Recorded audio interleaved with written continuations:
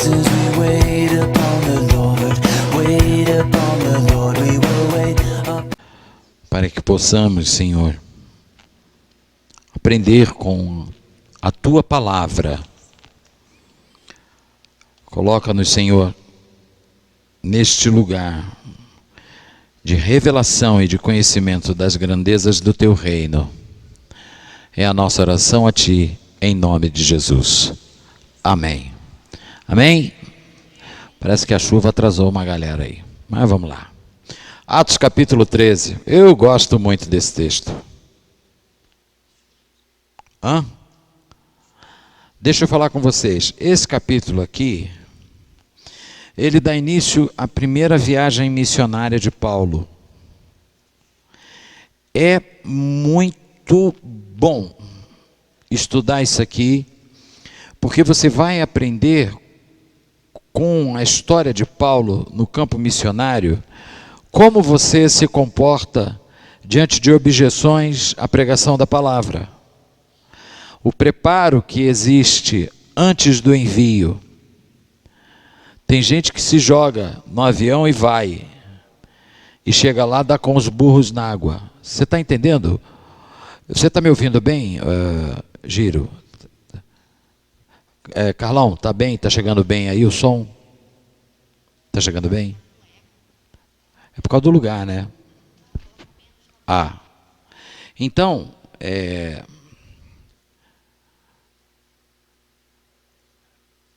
quando você pensa em envio missionário, quem aqui já foi num culto de missões numa igreja?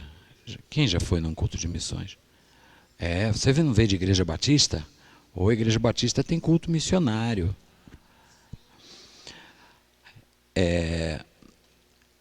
A igreja batista, ela é uma igreja que investe muito na obra missionária. Eles têm 3 organizações específicas para missões. Eles têm a Junta de Missões Mundiais, que vai enviar missionários para o globo, e envia mesmo.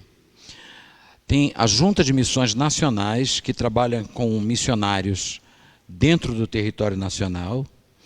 E tem cada associação batista, que compõe 50 igrejas, 100 igrejas, dependendo, tem a sua organização de missões urbanas. Então, é uma igreja que está... Até porque a igreja batista, ela é fruto da obra missionária, como a Assembleia de Deus. A Assembleia de Deus, ela no Brasil, ela nasce a partir da chegada de 2 missionários suecos chamados Gunnar Wingren e Daniel Berg. 2 missionários suecos, em torno de 1918, eles foram para o norte do Brasil, na cidade de Belém, que não é a cidade onde Jesus nasceu, né? A cidade de Belém, no norte, e eles foram para a primeira igreja batista, que na época era pastoreada pelo pastor Eurico Nelson. Mas esses homens já tinham passado da Suécia para os Estados Unidos, eles vinham cheios do Espírito Santo. E quando chegou lá, eles encontraram os irmãos assim, meio caidinho, e eles tacaram fogo na igreja, irmão. Aí começou o movimento pentecostal no Brasil, no meio da igreja batista, com missionários suecos. Mas a igreja batista no Brasil, ela é fruto de missões como, por exemplo, um missionário chamado Salomão Luiz Ginsburg. Foi um dos missionários americanos que, vindo para o Brasil, começou o movimento batista no Brasil. Então, esses homens, eles passaram por um período de preparo muito grande, porque quando você vai pensar em missões, você vai, por exemplo, a gente já estava indo para a Suíça desde 2007.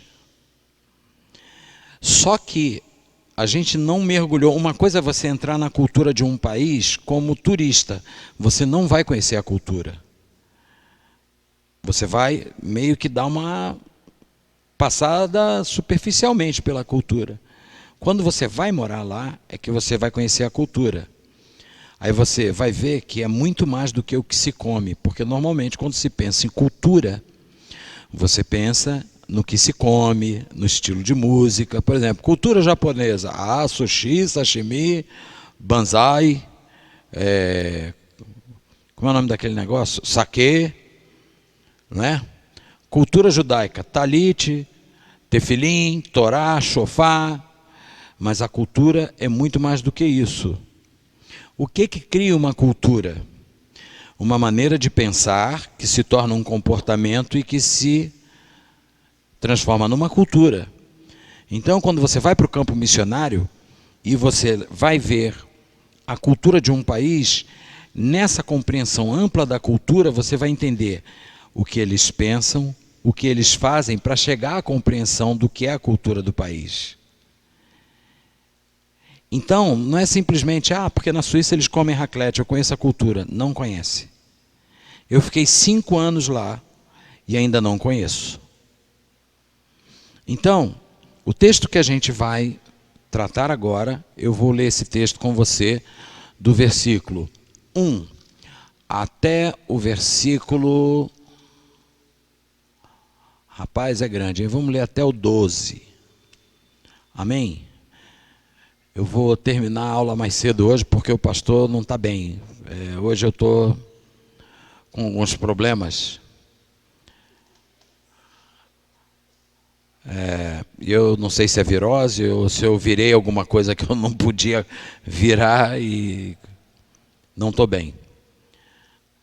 Então vamos ler o texto. Meu óculos ele foi parar. Tá. Desculpa. Vamos lá.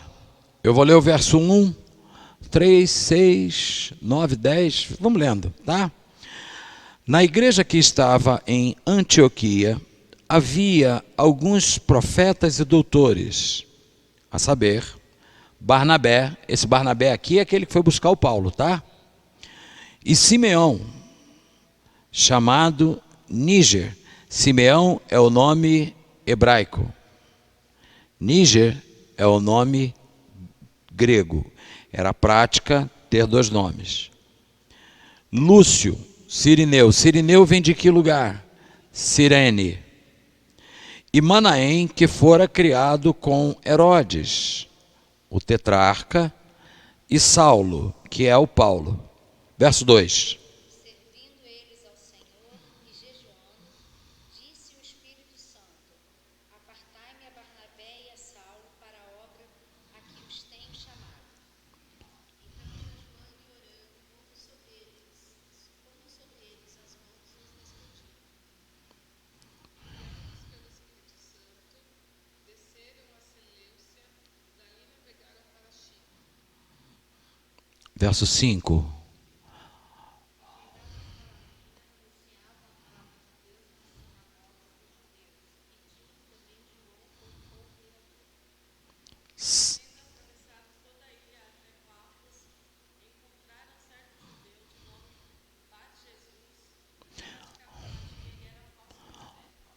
Só um minuto, antes de ler o 7.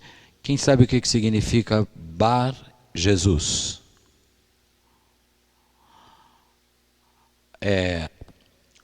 Todo prefixo Bar quer dizer filho. Filho. Bar mitzvah, filho do mandamento. Bar Jesus, filho de Jesus. Mas não significa que ele era cristão, porque Jesus era um nome comum. Então o pai desse cara aqui se chamava Jesus. Então o cego de Jericó era Bartimeu, que quer dizer filho de Timeu. Não, para mulher é Bat. Bat. B-A-T. Para homem é Bar. Tá? Segue aí. Verso 7.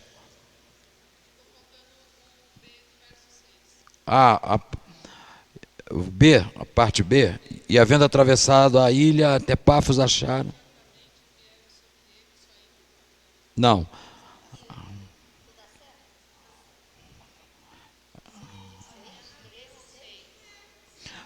Então lê o 7.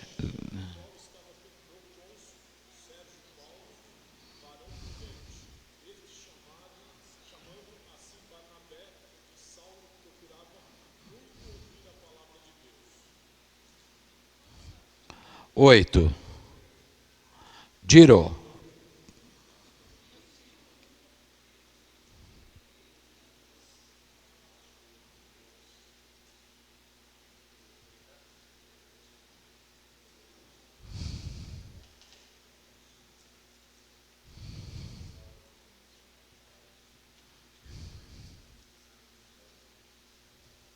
Dez.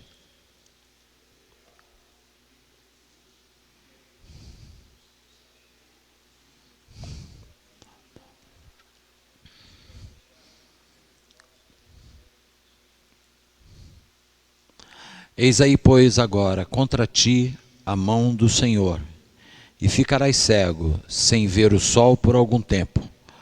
No mesmo instante, a escuridão e as trevas caíram sobre ele, e andando à roda, buscava a quem o guiasse pela mão. Então o procônsul, vendo o que havia acontecido, creu maravilhado da doutrina do Senhor. Paulo e os que estavam com ele chegaram a Pérsia da Panfilha, mas João, apartando-se deles, Termina. Ok. Esse João aqui não é João o apóstolo, é João Marcos. Ok? Bom, nós estamos tratando aqui da primeira viagem missionária de Paulo. Ela acontece por volta do ano 45. É uma data provável da decolagem dessa viagem missionária. Ele está em Antioquia. Quem sabe onde fica essa cidade? Na França? Não. Na França tem uma cidade chamada Lyon, que era uma fortaleza romana do primeiro século. Sabia disso? Mas não é na França. A cidade de Antioquia fica na Turquia. É muito próxima do Oriente Médio. Ela está aqui assim, Jerusalém aqui, Antioquia aqui assim. É uma distância boa. Ela faz parte daquilo que é chamado continente euroasiático. Vocês sabiam que a Turquia é o único país do mundo que tem território em 2 continentes? Você atravessa a rua, você está na Ásia. Quando você atravessa a rua, você está na Europa. Então, a Turquia é chamado país euroasiático. Tá? As 7 igrejas da Ásia estão lá. A Turquia, ela tem um aspecto profético no desenrolar dos últimos tempos muito importante. Por quê? As 7 igrejas da Ásia Menor estão na Turquia. Éfeso, Esmirna, Pérgamo, Tiatira, Laodiceia, Sardes, está faltando 2. Elas estão na Ásia Menor, nessa região da Turquia. Obrigado pela mudança. Jesus está gostando da nossa aula. E o Paulo, ele está nessa cidade de Antioquia. Aquela ali não é a foto de Antioquia, aquela ali é a cidade de Seleucia. Eu vou mostrar para vocês aqui uma foto de Antioquia.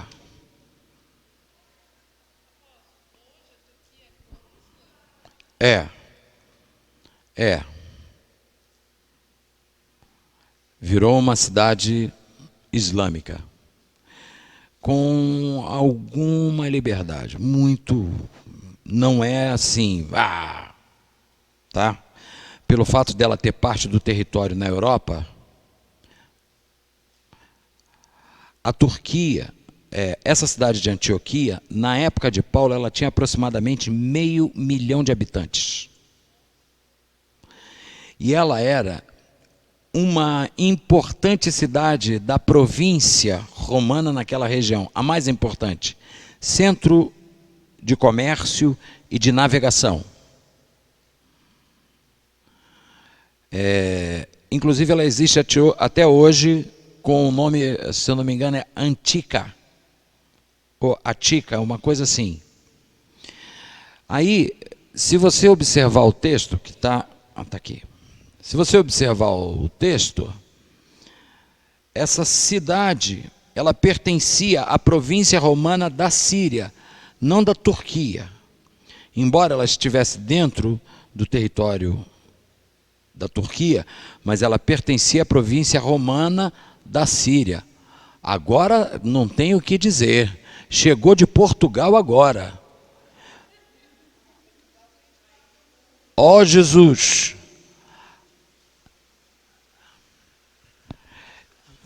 Então, presta atenção, eu te dei um panorama, um contexto geográfico da história. Antáquia hoje. Aí, presta atenção no que está rolando. O Paulo está lá, nessa cidade, junto com o Barnabé. E tem mais uns caras com ele. E eles estão orando e servindo a Deus. Querido, todo o preparo missiológico começa exatamente na oração e no serviço. Tem gente que só quer ficar orando, não serve ninguém. E meu pai já dizia que quem não vive para servir, não serve para viver. Ditado. Vai cair na prova. Quem não vive para servir, não serve para viver. Então, a igreja de Antioquia, vocês se lembram que nessa cidade os cristãos, os discípulos foram pela primeira vez chamados de cristão? Então você está vendo uma igreja que está bombando. Não é uma igreja mocoronga não, irmão. Nem é igrejumba. Você sabe o que é igrejumba? Mistura de igreja com macumba. Tem muito. Tem muito. Eu vou mostrar uns vídeos depois para vocês de culto na igrejumba. Lá não. Lá em Antioquia a coisa estava séria. Os homens estão jejuando, orando a Deus. E detalhe, o texto começa dizendo que lá em Antioquia havia profetas e mestres. Irmãos, quando a gente estava tratando sobre os 5 ministérios, eu me lembro que eu escrevi a palavra apóstolo em grego. E eu decifrei o significado dessa palavra para vocês. Que é uma palavra que é constituída de uma preposição e de um verbo. O verbo é o verbo stelo, que é usado no grego para designar envio de pessoas. Então, quando você dizia que vai enviar pessoas para uma obra, você usava o verbo stelo. Quando você ia enviar pessoas para uma missão, você usava o verbo stelo. E quando você ia enviar coisas pelo correio da época, você usava o verbo pempo. A preposição da palavra apóstolo, que é a palavra hipó, que é alfa, pi e ômicron, essa palavra significa antes. Então, se o verbo stelo significa enviado, e eu tenho uma preposição que significa antes, apóstolo é o quê? Alguém enviado antes. Ou seja, a chegada de um apóstolo, ela é estabelecida para que se haja o desenvolvimento de um projeto de Deus. Apóstolos não abrem igreja. A gente abre borracharia, lanchonete, farmácia, drogaria, funerária, lava-jato.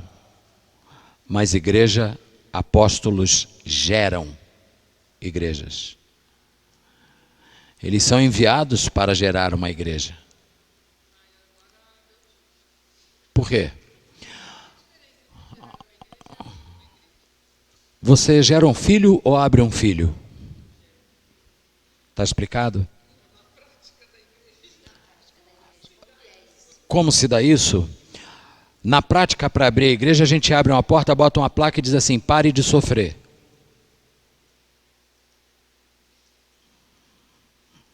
Pequenas igrejas, grandes negócios. Já ouviu esse slogan?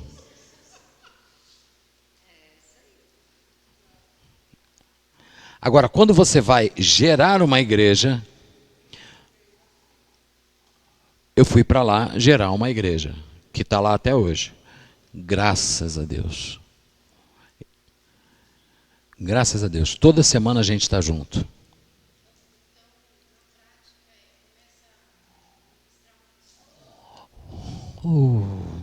Isso. E aí você vai começando nas casas, como era a igreja do primeiro século. Entendeu? Agora, nas casas. Igreja começa nas casas. O ventre da igreja é a família.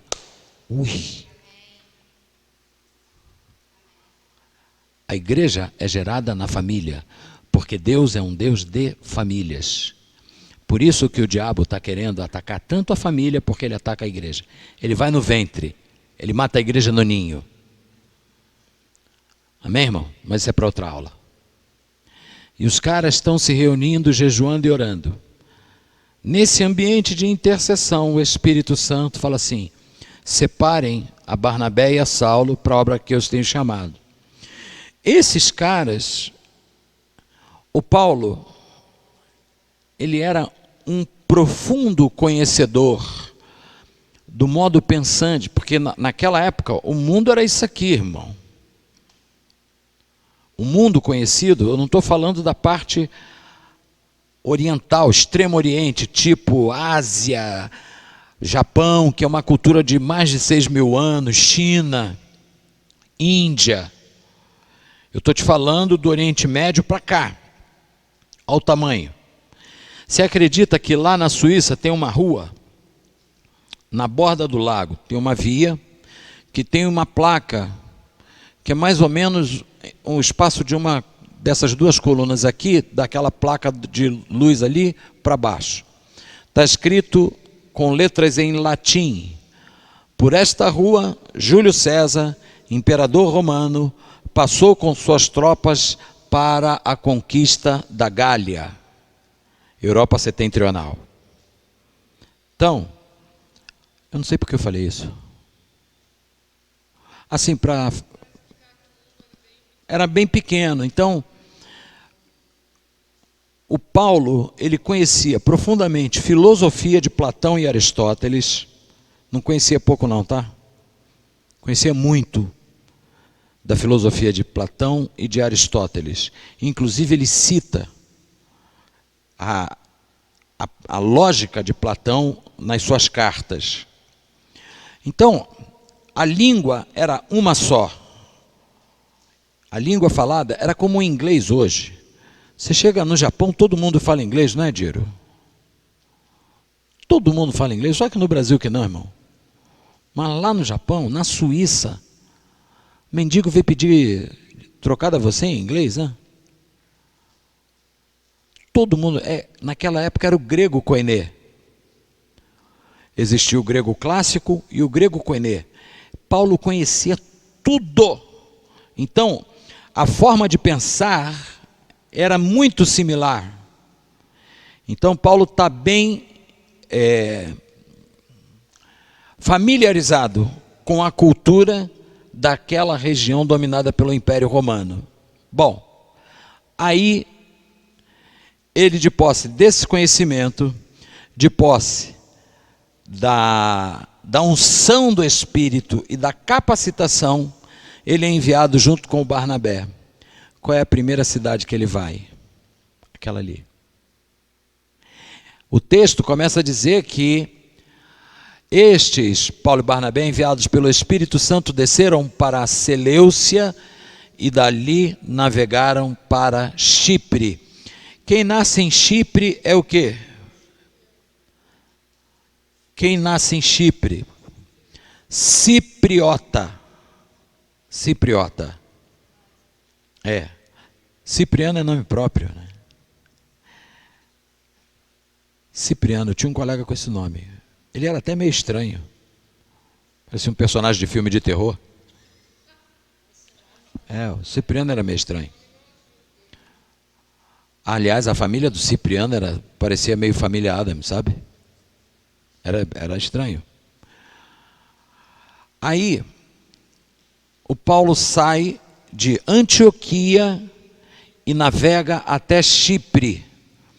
Eu vou te dar um dever de casa para você fazer esse final de semana, que é o seguinte: você vai entrar, Fátima e Carlos você e Márcio, você, Kiel, Adriana e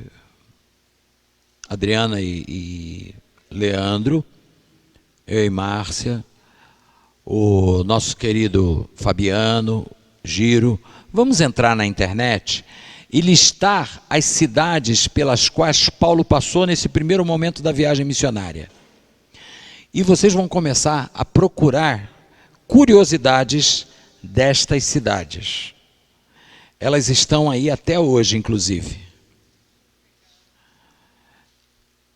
Poucas cidades, não, do versículo 1 até o versículo 12, você vai olhar as cidades que tem aqui e vai procurar no Google informações sobre elas. Eu prometo que eu tentei baixar um mapa hoje.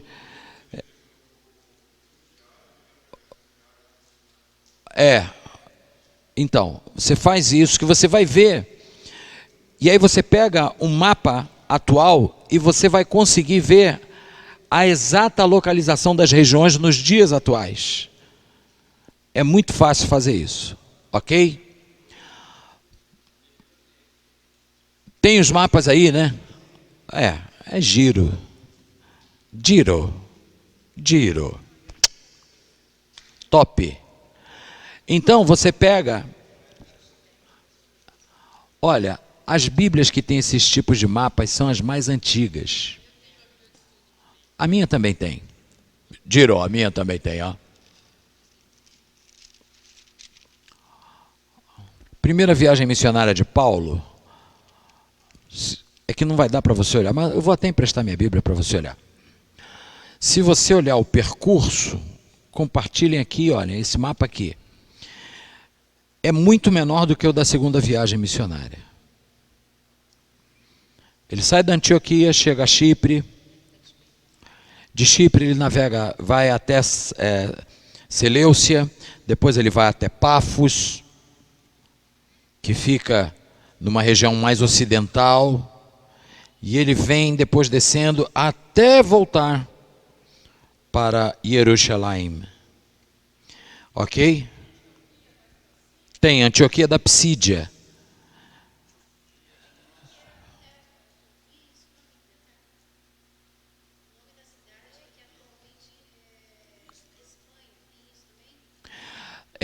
A Espanha já existia na época de Paulo. E era chamada Espanha mesmo.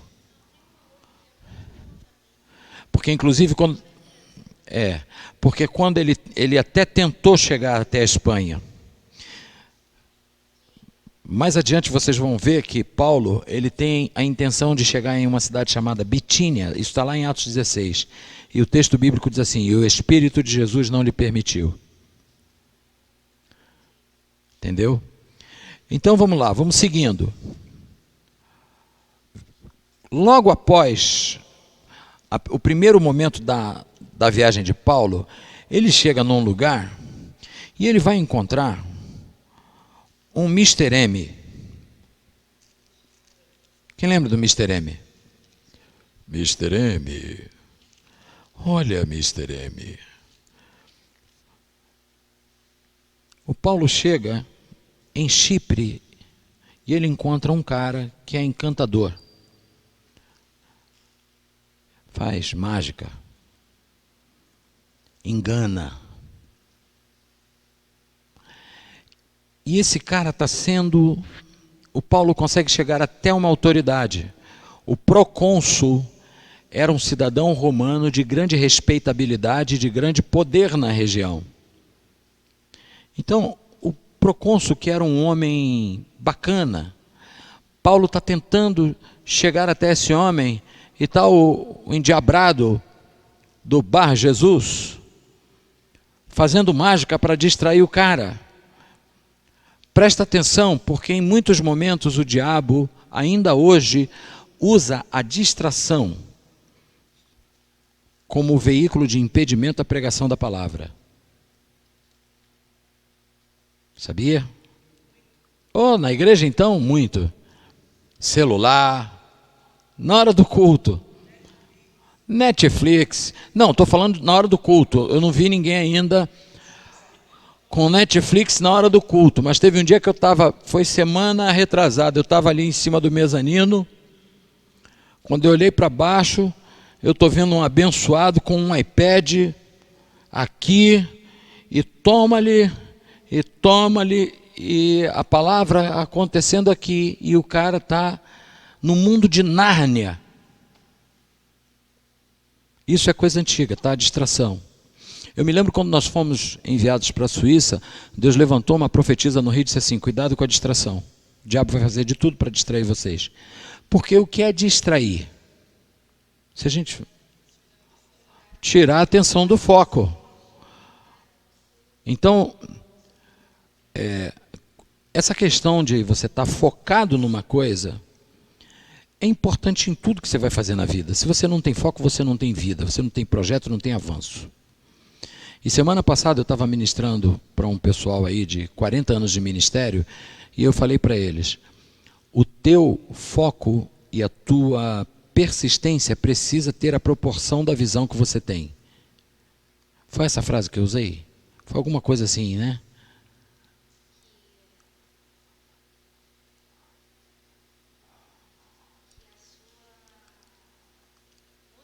Motivação proporcional ao seu projeto. Se você tem um grande projeto, você tem que ter uma grande motivação para avançar.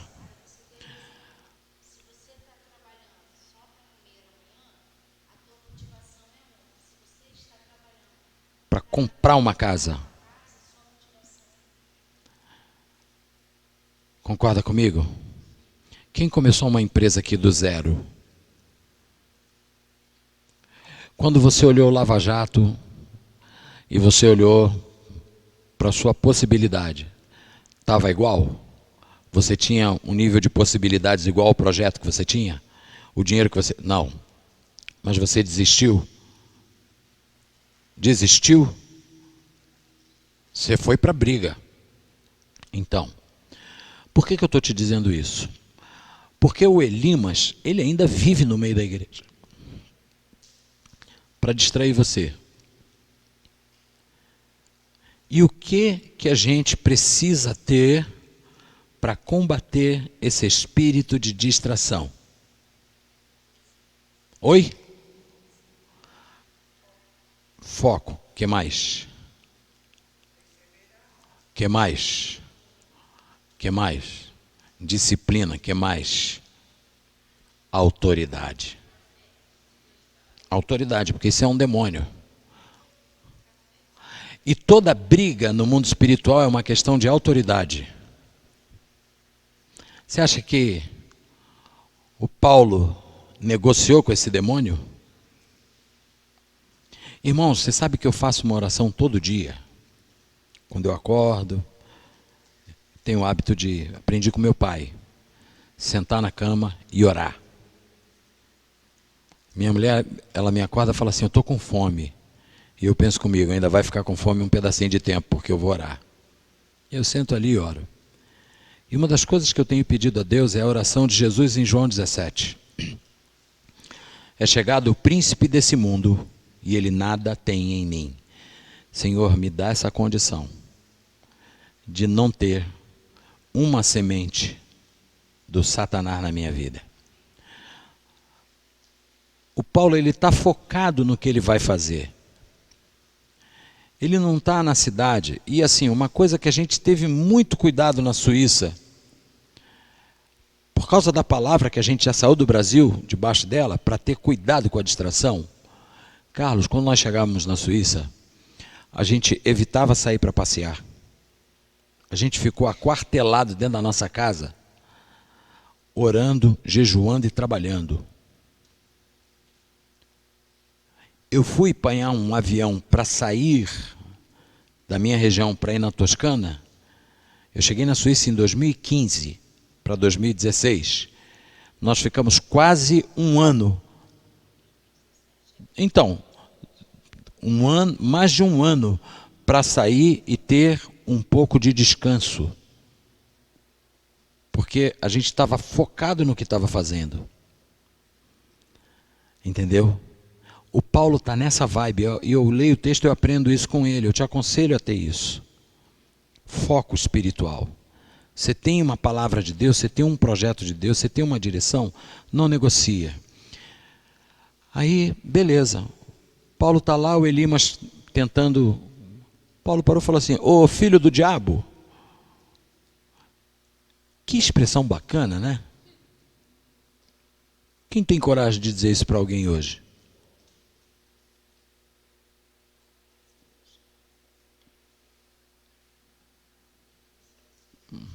Oi?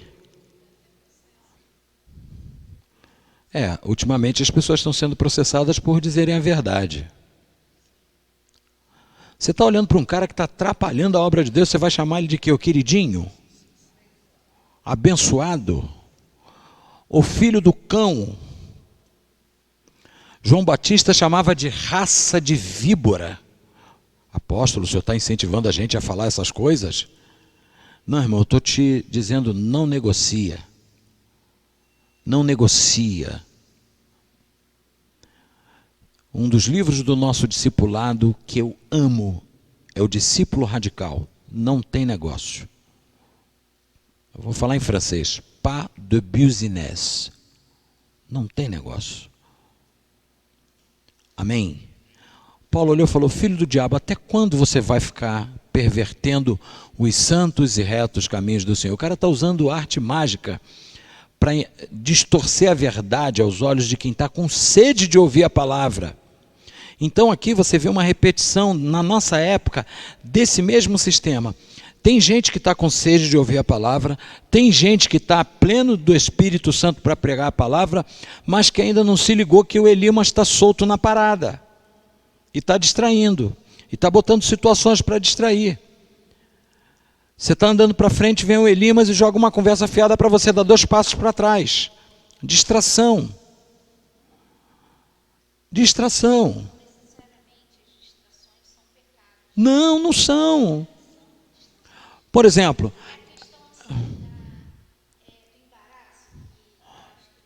Hebreus 12, 1. Enredando.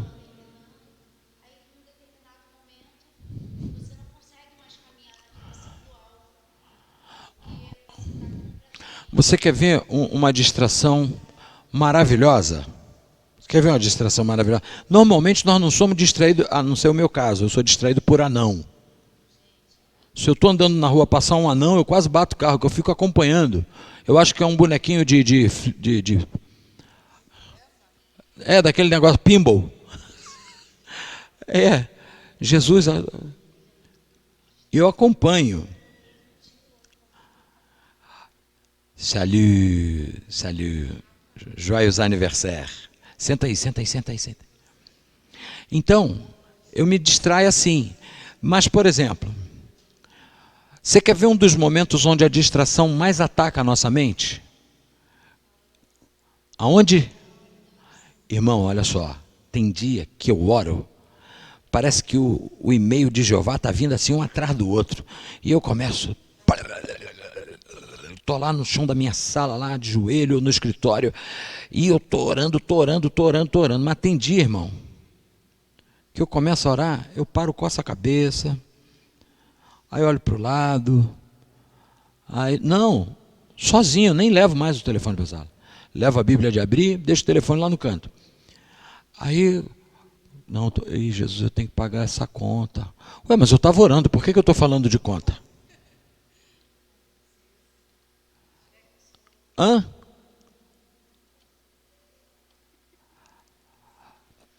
Hoje eu vou ler a Bíblia. Senhor, aleluia. Chega em casa, faz uma coisa, faz outra, aí vê o pacote de pipoca em cima da bancada, aí já solta a pipoca na pipoqueira. Aí, não, eu vou ouvir uma palavra da Joyce Meyer na Netflix. Não vai achar nunca, né? Não vai achar nunca. E aí começa a ver Netflix. Distração. E aí eu queria perguntar para você, porque aí é a tua área de domínio. A distração é um déficit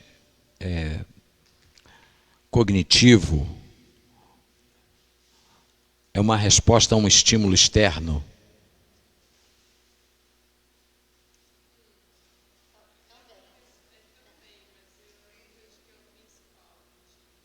O que é o principal motivo?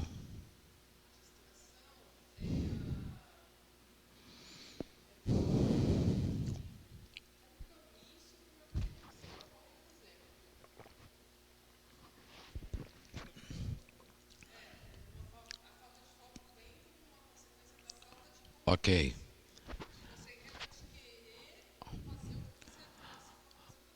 Ok.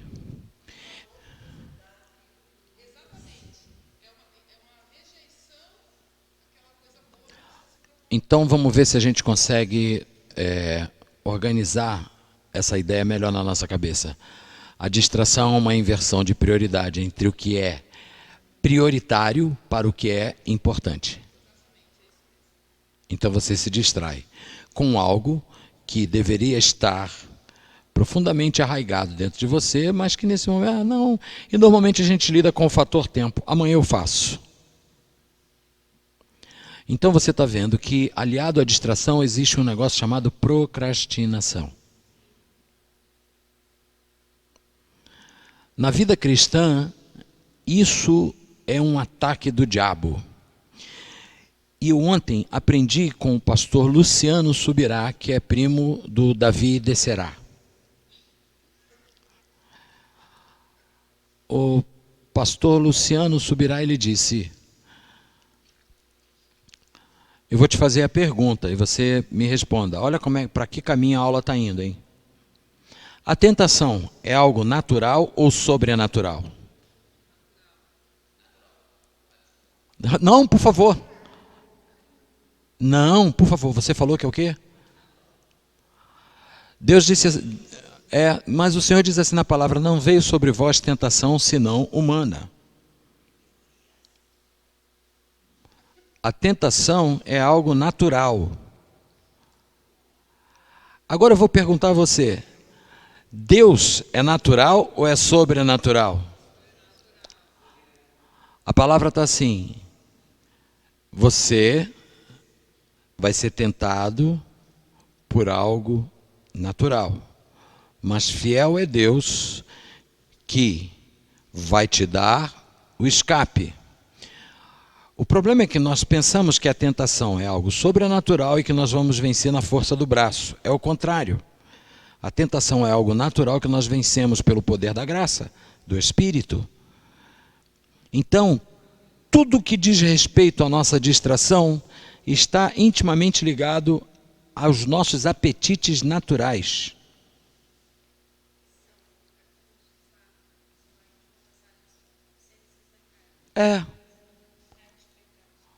Alguns dizem isso, mas se você olhar a obra da carne lá em Gálatas 5 é mais, tem mais de 7.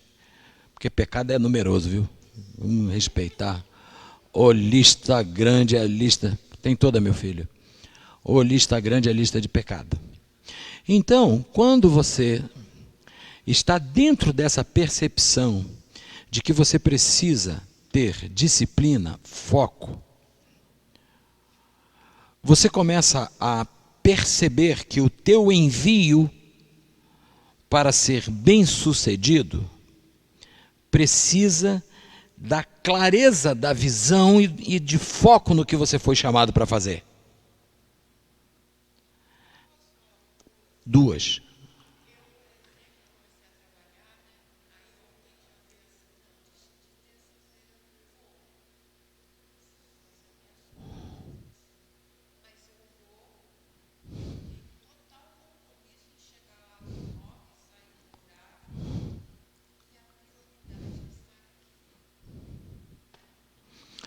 Você tocou num ponto que eu ia tocar. Eu estava com ele em linha. Irmãos, olha como é que as coisas acontecem. A gente está naquela situação difícil, prova, o cara está sem R$1 no bolso, está na luta. Meu irmão, ele jejua a hora. O bicho é o cara mais crente do mundo. Ele olha para essa pilastra aí e fala: demônio, sai dessa pilastra em nome de Jesus. Ele está assim. Ele está assim, nesse nível. Aí chega uma benção. Ele deixou de ser subcarimbador interino, vai virar carimbador interino. Aí ele já chega na igreja: paz do Senhor, irmão.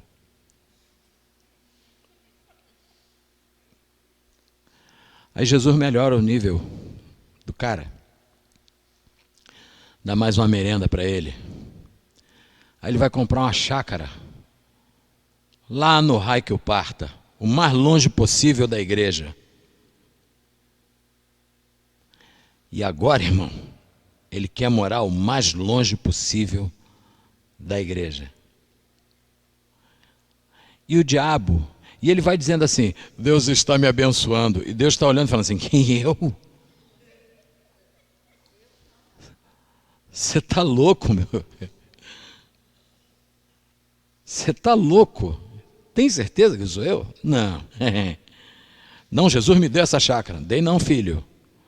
Como é que eu vou te dar algo que tira você da minha presença? Que tira você da comunhão da igreja? Como é que eu vou te dar algo para a tua destruição? Passa amanhã. Entendeu? Se você pegar uma brasa, quem gosta de, já comeu churrasco de fogo de chão? Lá no sul, eu comi uma vez, os caras fizeram um braseiro dessa altura, espeta os espetos de costela em torno daquele braseiro. Se você pegar uma brasa daquela e botar a 1 metro de distância, o que acontece com essa brasa? Começa assim a distração, irmão. Não, não vou hoje não. Eu tenho uma disciplina comigo, irmão. E para honra e glória do Senhor, eu posso estar com a glicose a 517. Eu venho. E aí eu me irrito quando eu encontro com pessoas que não vêm no culto. Eu pergunto: ô querida, você não veio no culto? Não, eu estava com dor de cabeça. Aí eu fico olhando para o meu apóstolo, que estava aqui domingo, de que jeito? Então,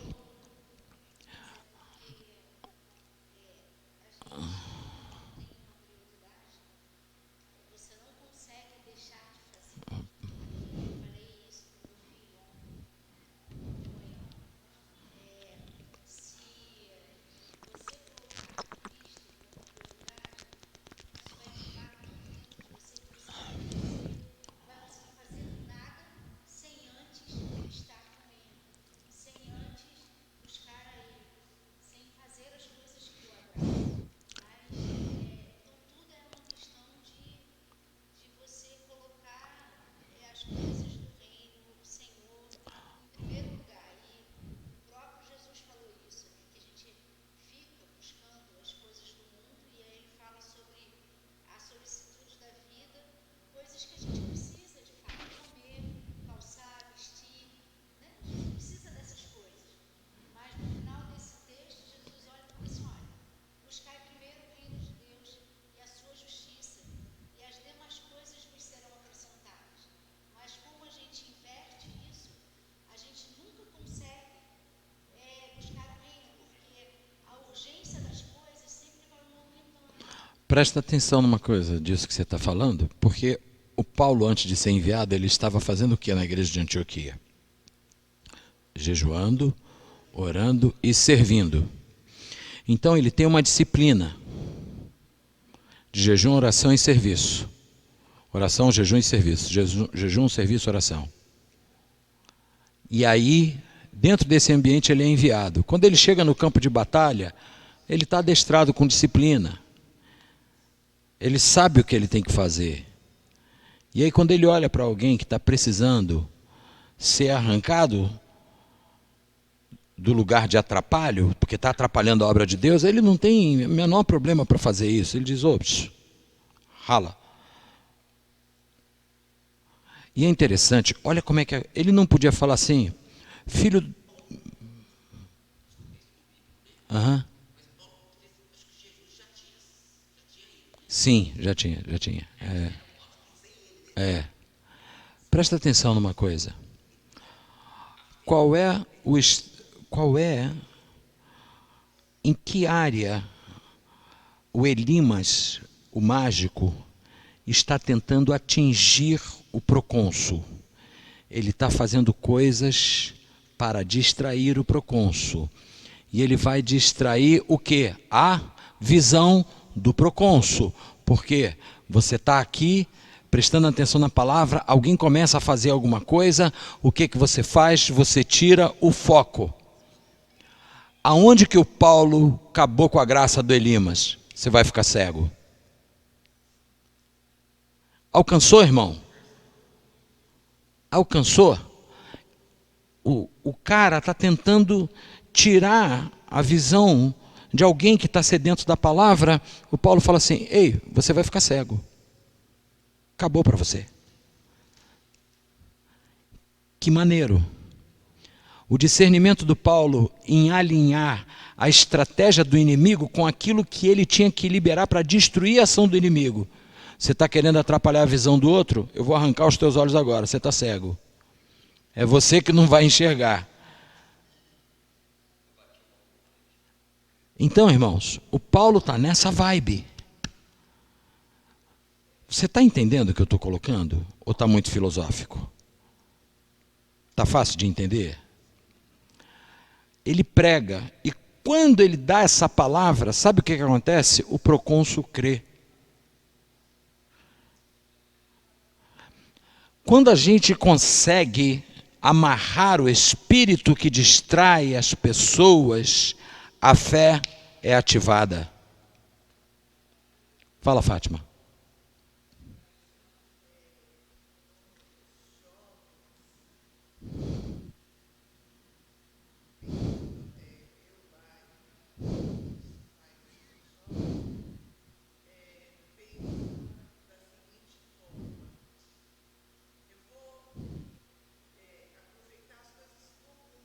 Sim.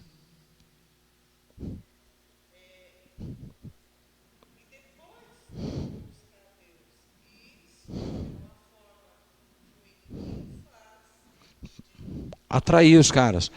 Irmãos, você sabe, Fátima, que isso que você está falando, eu reputo como uma coisa muito séria.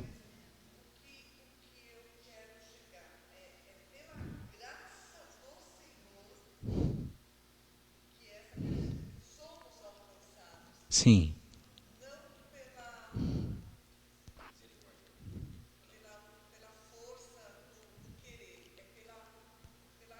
É porque ele opera em nós o querer e o efetuar, né? Deus opera em nós o querer e o efetuar. Ou seja, ele desata a tua vontade. Agora, presta atenção numa coisa. Querido, deixa eu concluir aqui, por favor. Tá? Segura a tua onda aí um minuto, por favor. Tá? Ok. Presta atenção numa coisa. Presta atenção numa coisa.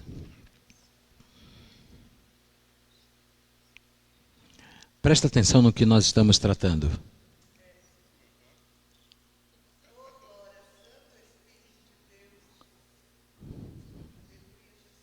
Preste atenção no que nós estamos tratando. Preste atenção no que nós estamos tratando.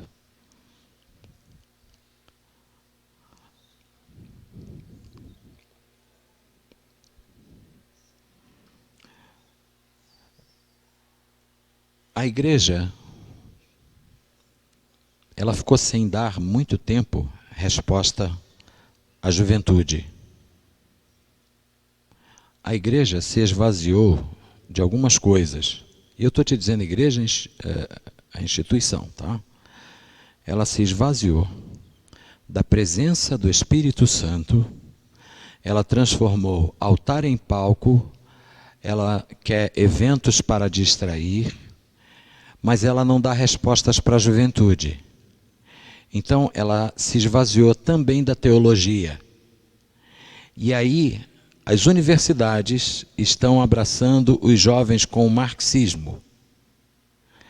aquilo que a igreja deixou de responder, as universidades estão dando uma outra resposta. É por isso que a igreja está perdendo os jovens. Por quê? Mensagem de combate, de compreensão da santidade de Deus, de arrependimento, confissão de pecados, sacrifício de Jesus na cruz do Calvário, redenção, volta de Cristo, são mensagens que deixaram o lugar de importância. E aí, você não consegue dizer para essa juventude aquilo que eles estão precisando. E, portanto, eles vão ouvir o que Karl Marx pensa a respeito da sociedade, quando a Bíblia já tem todas as respostas para a sociedade. Quando eu estava fazendo faculdade de História, o professor, para me ironizar, ele disse assim: mas se você observar, pastor, o comunismo tem muito de comum com a Bíblia, porque Atos capítulo 2 diz que era o cara recitou o texto bíblico: eu vi o diabo no deserto com Jesus. Ele falou que era o coração da multidão dos que criam, e ninguém tinha nada que fosse propriamente seu, mas tudo era comum a todos. Eu falei, mas o Deus da igreja não era o Estado. E vocês estão ensinando as pessoas a terem tudo em comum, inclusive a independência de Deus, para que sejam dependentes do Estado. Mas essa é uma resposta que a igreja não está dando aos jovens. Então eles chegam lá na faculdade e dão de cara com essa palavra: não, mas pense bem, o capitalismo não é de Deus. Você percebe o que está acontecendo? E o que isso tem a ver com o estudo da viagem de Paulo? Tudo. Porque o principal foco da mensagem de Paulo, ele diz na carta aos Gálatas, se eu não me engano, que eu nada me propus saber entre vós, senão a Jesus Cristo e a este crucificado. Eu não quero pregar nada para vocês, senão a Jesus Cristo. E é nessa autoridade que ele entra nessa primeira cidade de Chipre e prega Jesus para um procônsul. E o que acontece? O cara se converte. O cara se converte. Eu e você precisamos estar atentos ao que o inimigo está levantando do nosso lado para nos distrair naquilo que Deus nos chamou e nos enviou para fazer. Amém?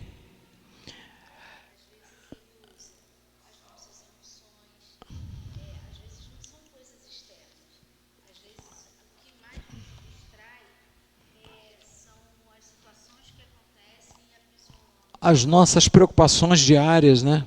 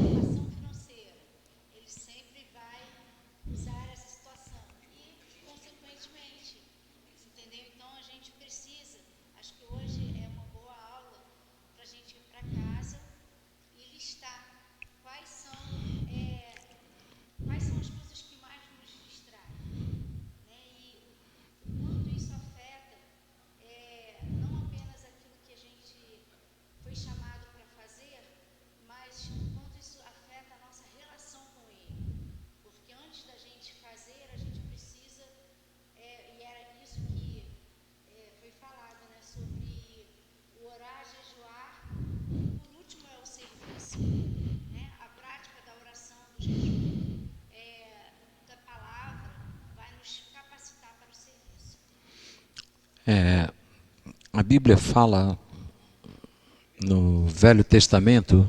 Fala, Fabiana.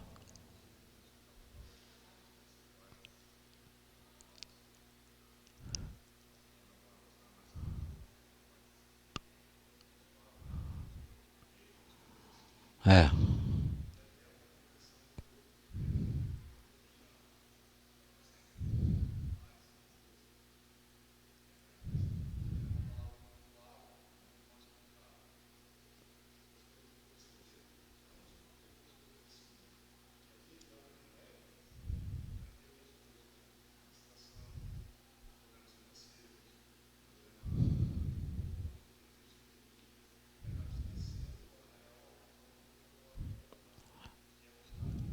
Exato.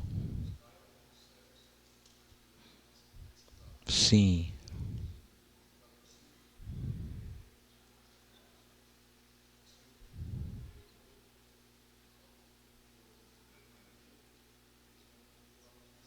Sim. Sim. Olha, isso que.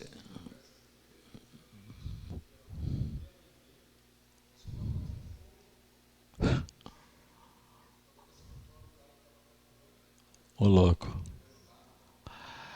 É,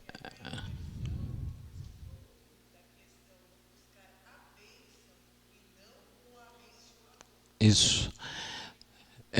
Vocês sabem, irmãos, vocês sabem que eu sou um fã do rei Davi. Eu gosto, já li a história do rei Davi. Só um minuto, querido, por favor. Eu já li a história do rei Davi centenas de vezes. Muitas vezes.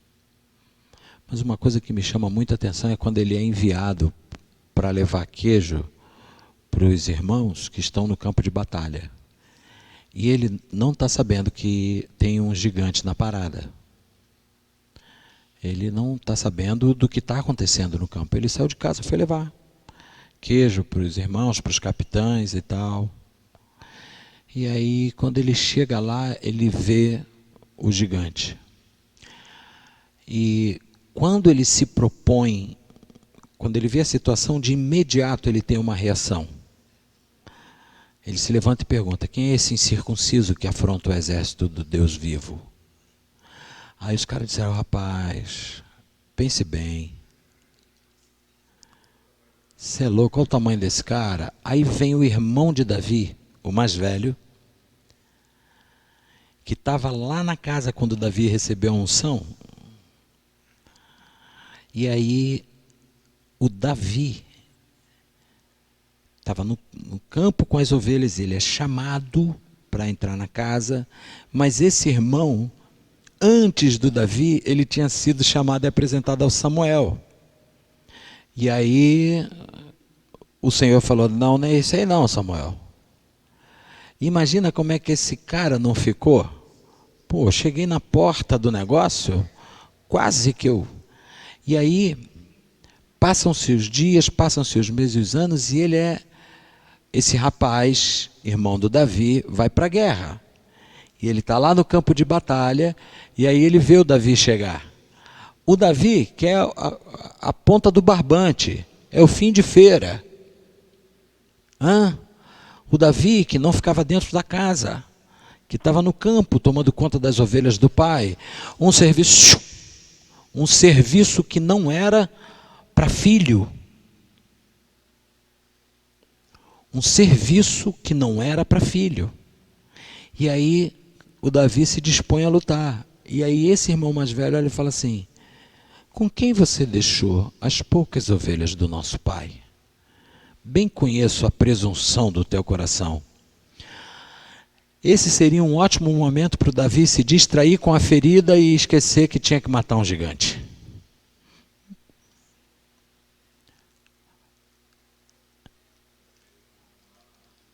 Quando a ofensa para uma pessoa, a resposta do Davi foi simples: o que eu te fiz?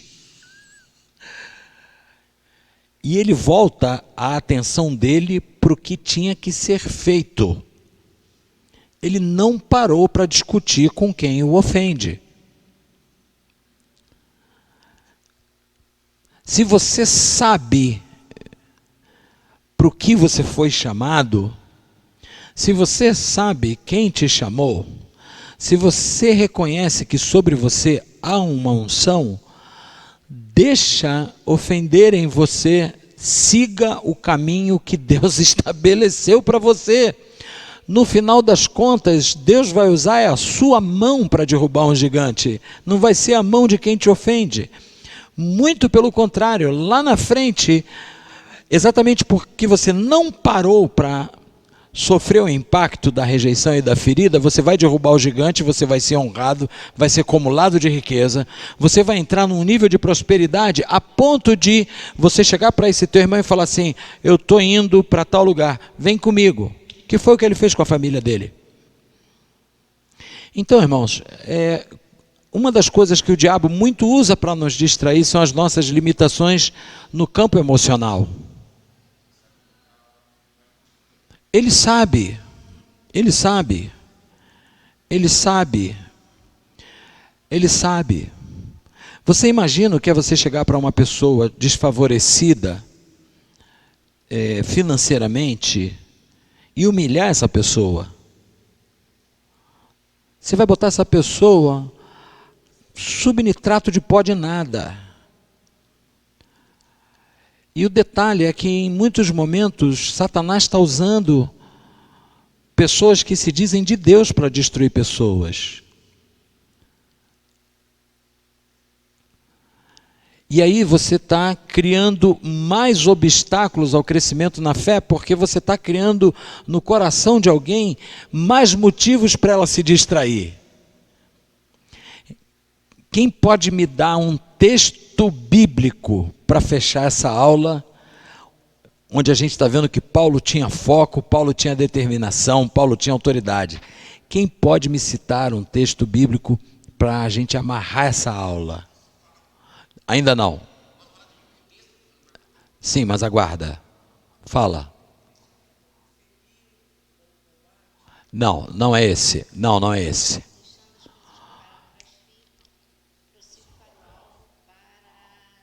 O prêmio da soberana vocação. Hebreus 12:1. Visto, pois, que estamos rodeados de uma tão grande nuvem de testemunha, deixando todo o embaraço e o pecado que de perto nos rodeia, corramos para o alvo. Mateus 16, Pedro está olhando para Jesus, ele está andando sobre as águas, virou o rosto, afunda.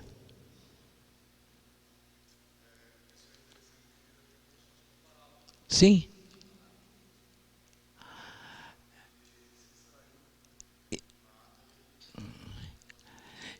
E olha, o apóstolo Paulo fala para a gente não ignorar os ardis do diabo, as armadilhas do diabo. Não ignora, esteja atento. Percebeu que é uma coisa para tirar a tua distração? Chuta que macumba, irmão. E diga: Jesus, guia os meus passos.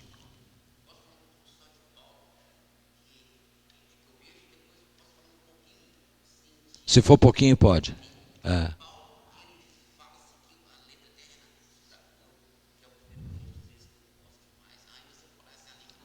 E dos anjos, se não tiver nada disso.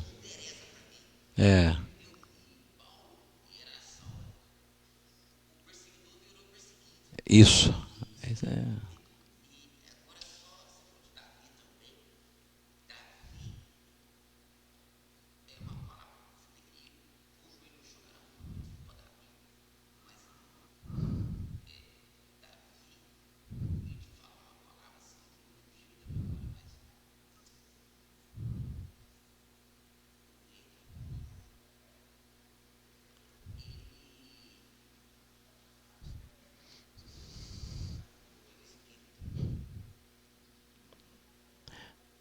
Então, depois, quando você lembrar, você me chama. Tá ok? Quando você lembrar, você me chama. Sim, mas então aí tu me chama. Eu estou precisando de ser fortalecido. Me chama. Isso que você falou de Paulo, top.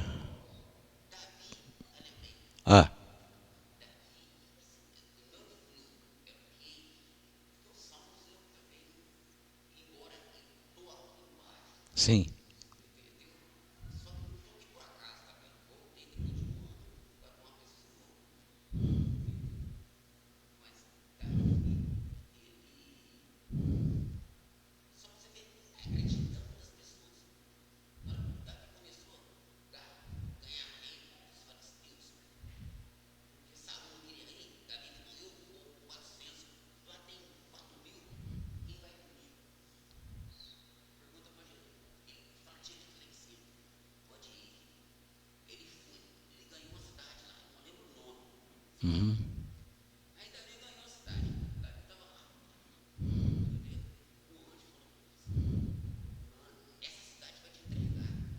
Sim.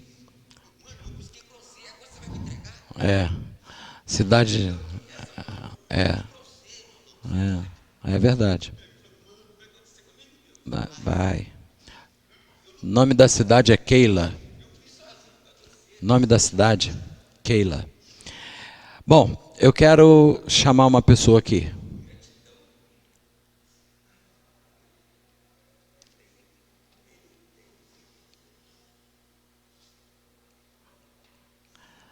Você, por que já está chorando? Jesus querido. A Simone fez aniversário ontem. Ela fez aniversário ontem, começou a trabalhar quinta-feira. E já um monte de milagres acontecendo no trabalho. Sim.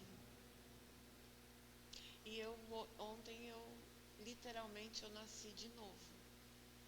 É um novo tempo, uma nova vida. Pronto.